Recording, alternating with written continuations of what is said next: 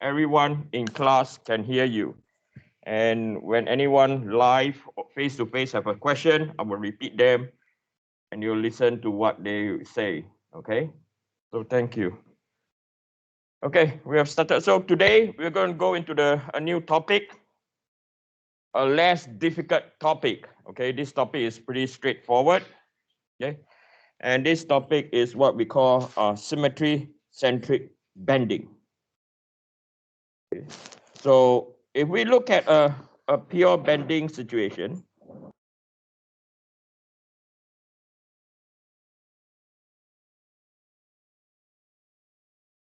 okay, we look at a pure bending.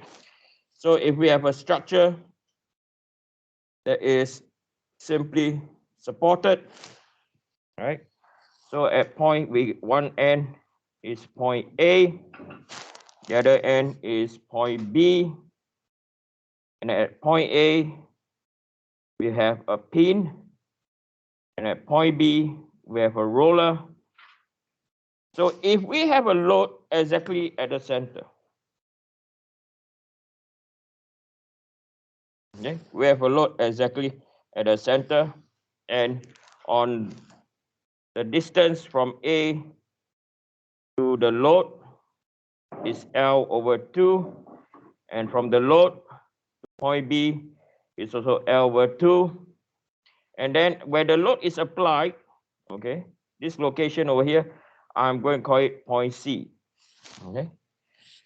Now, question for you: where will the structure fail? Anyone, either online or in class, where will the structure fail? Will the structure fail at point A, point B, or point C? Anyone? Point C. Yep, yeah, absolutely right. Point C. So if we have a load at the center, right, you push the load down, you will bend either downwards or upwards. It will always break at the where? Center, or somewhere near the center. So whenever we do stress analysis, we calculate the worst situation. I repeat again, whenever we do stress analysis, we calculate the worst situation. So whatever we calculate at this structure will be at point C. Okay, so the structure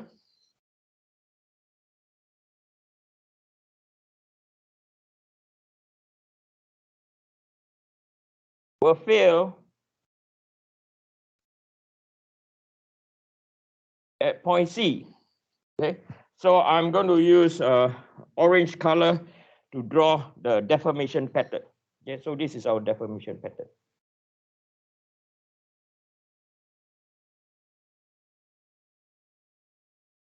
Okay, so this is our deformation pattern. So whatever we calculate, if I were to draw our transformation,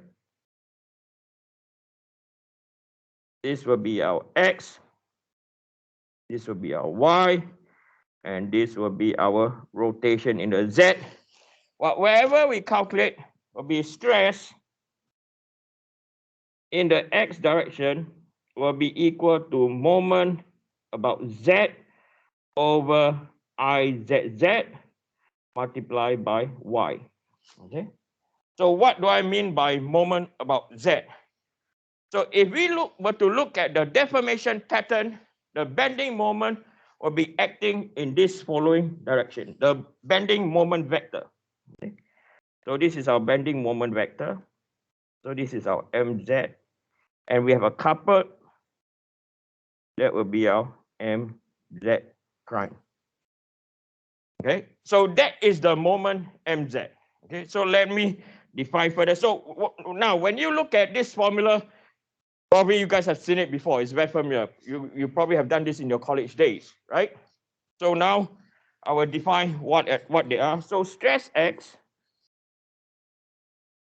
Okay, someone has a question online. Point C, yes, you're right. Okay, so MZ or stress X is the normal stress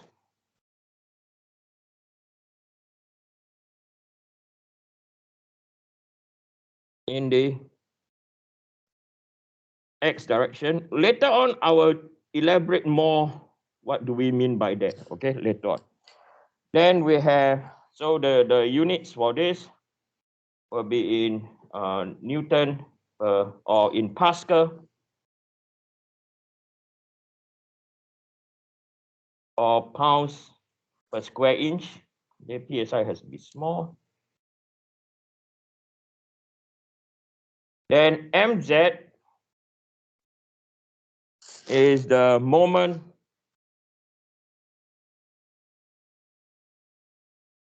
about the z-axis. The units is Newton per meter or pound inch. Then we have our IZZ is the second moment of, okay, I can't spell today, moment of area about the z-axis.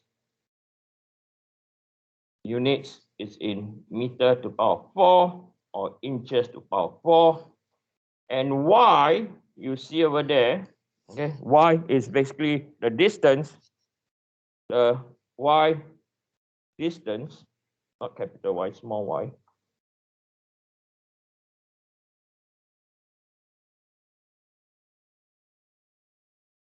from the centroid.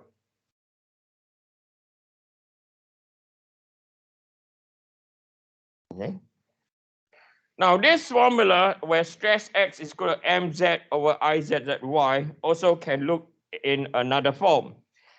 So another form it can look like, it can also be in stress X is equal to moment about y-axis. Okay, so the moment can be also be in the what? Y-axis divided by IYY multiplied by what? Z. Okay, so there's two forms that you could see. And you will realize that the formula is slightly different from shearing stress, right? The formula is different from shearing stress. I like you all to do some pattern recognition. Sorry, the centroid distance from centroid can be in meters or in inches. Okay, so now if we look at shearing stress, right? The formula we have in shearing stress is the shear stress is equal to Vy over what? IZZ QZ divided by T. Or shearing stress can be equal to VZ over IYY QY multiplied by T. What I'm trying to elaborate is this, okay? If you have trouble remembering this formula, just remember this. In bending moment, when the moment is about Z, you use what? IZZ. When the moment is about Y, you use IYY. Whereas in shear, which we have learned over the past 2 lectures, when the shear force is in Y, you use what? IZZ is opposite. Can you see that? Right? And if the shear force is in Z, you divide by what? IYY. Okay. So if you were to do some oh, you can't see the blue. Sorry. I was circling in blue, you can't see it. Okay. So if this is Vy, this is IZZ. If this is VZ, this is what? IYY. Okay. Can you all see the blue just now? Okay, I'm really colorblind. Okay, I can't see no blue at all. Okay. So this is how it can help you to remember the formula. Okay. Now, one thing I forget to write over here, all these formula over here, they always have a minus down here. Okay. When is my is going to be a what? A plus. Okay. Now, I will now,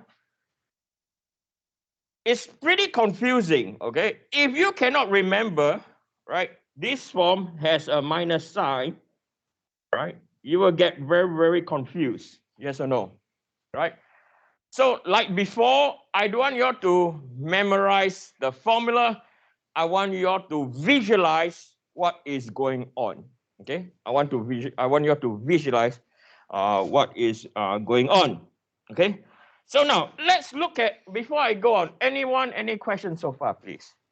Anyone? You okay? Okay. So now we are going to look at the deformation pattern. Okay. So we are going to look at the deformation pattern now.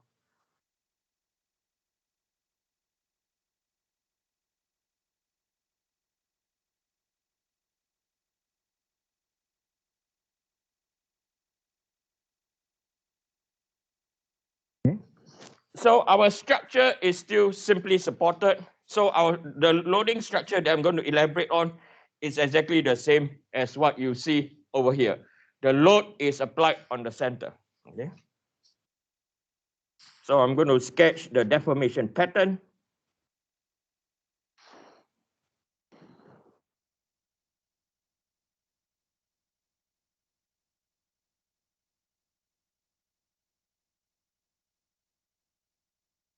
So this is our deformation pattern. As you can see, let me do something. I don't like it when it looks kind of like lopsided. Let me stretch it a bit. Okay. So that is our deformation pattern, right? So again, this is our point A originally, our point B, okay? And then this is our C prime, okay? So what you can observe now is the bending moment is acting in this direction. Okay, so this is MZ, and over here is your MZ prime. Okay, and then I'm going to sketch a chain line. Okay, I'm going to sketch a chain line. So this is our chain line.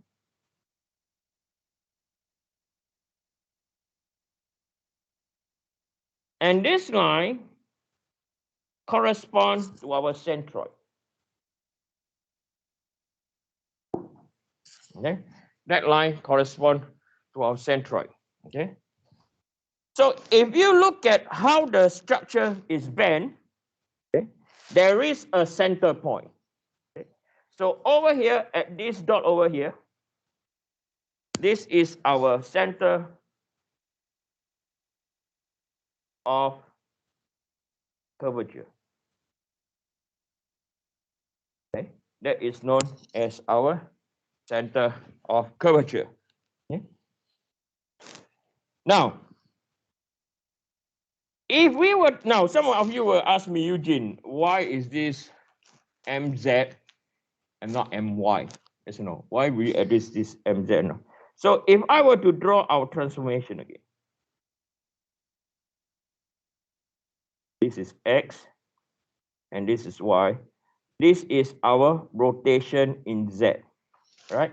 So if you look at the arrow vector for rotation in Z, and you look at the moment in Z, the curvature direction are the what? Are the same. Yes or no?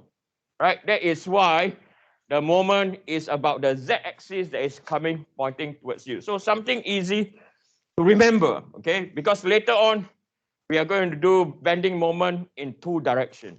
At the end of the class, we're going to do bending moment in two directions, shear in two directions, shear force in two directions, and you have torsion. Okay, so something to make things easy, help you easy to remember. Okay, so that is why that we call MZ, because the curvature is the same as RZ. Okay, so now over here, this point is the center of curvature, right? Why I call that the center of curvature? Because if I were to project a line from here to here, you can draw the what? This is in fact the radius. Okay, that is why I call this, or we call this, center of curvature. Now, what's so important about the center of curvature? Relative to from the centroid, I repeat again,